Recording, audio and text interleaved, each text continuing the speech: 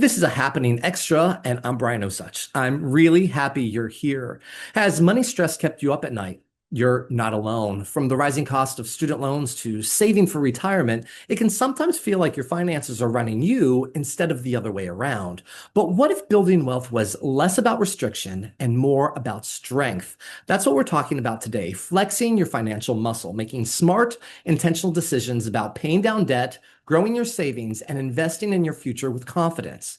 Today, we're talking to Alex Roca. She is the host of a podcast called Women Talk Money for Fidelity Investments. Thanks for coming on Happening. How are you? I'm doing fantastic. Thanks for having me on today. Alex, there is a wide range of emotions that people experience when it comes to money management. On one side, we have those who are in survival mode, and way on the other side, we have those who are experiencing financial success, and all those in the middle. You have some new research which talks about navigating rising costs and that this is something that we could all deal with. Tell me a little bit about that. Absolutely. People are thinking about their money. Our study found that more than half of Americans feel overwhelmed by their finances, and nearly a third describe their relationship with money as stressful. With everyday prices rising, unexpected expenses popping up, and healthcare costs continuing to climb, it's no wonder financial wellness is a top priority heading into 2026. I think people just want to feel more in control, and making a financial resolution is one way to take that first step. Most of us make our resolutions at the start of a new year, but when it comes to money, that's something that should always be top of mind. And you brought up Fidelity Investments' most recent study, the financial resolutions for 2026, and there is a wide range of numbers in there. Some focusing on the stress people are feeling, and there are some positive numbers too. However, there are some people who say they just don't make enough to save. However, there is a little wiggle room and a way around that, and it comes down to planning with a purpose. Tell me a little bit about that.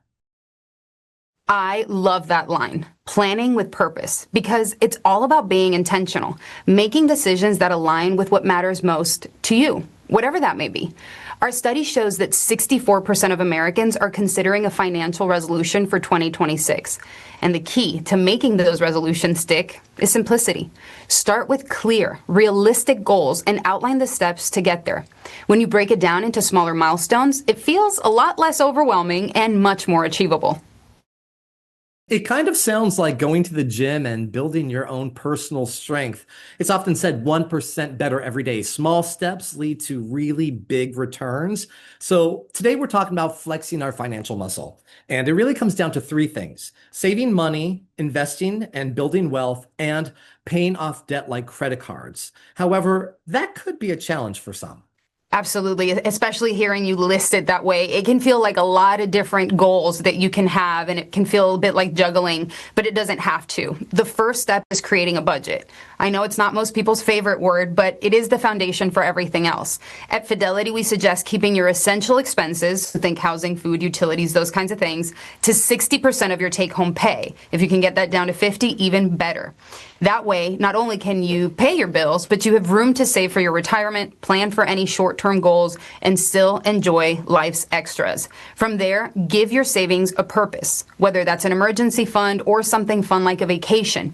Give it a name. Having a goal makes everyday decisions easier, and then you're going to want to look for ways to grow your money. So contributing into a 401k or an IRA is a great start. Then, if you have some extra, consider a brokerage account where you can invest even further. Together, these steps can help you strike a healthy balance without making you feel like you're stretched out too thin. And if you want additional resources, check out fidelity.com/myfinancialwellness. It's going to give you some great tips and a great place as a starting point. Alex, this is all great information. And personally, I love the idea of giving something a name.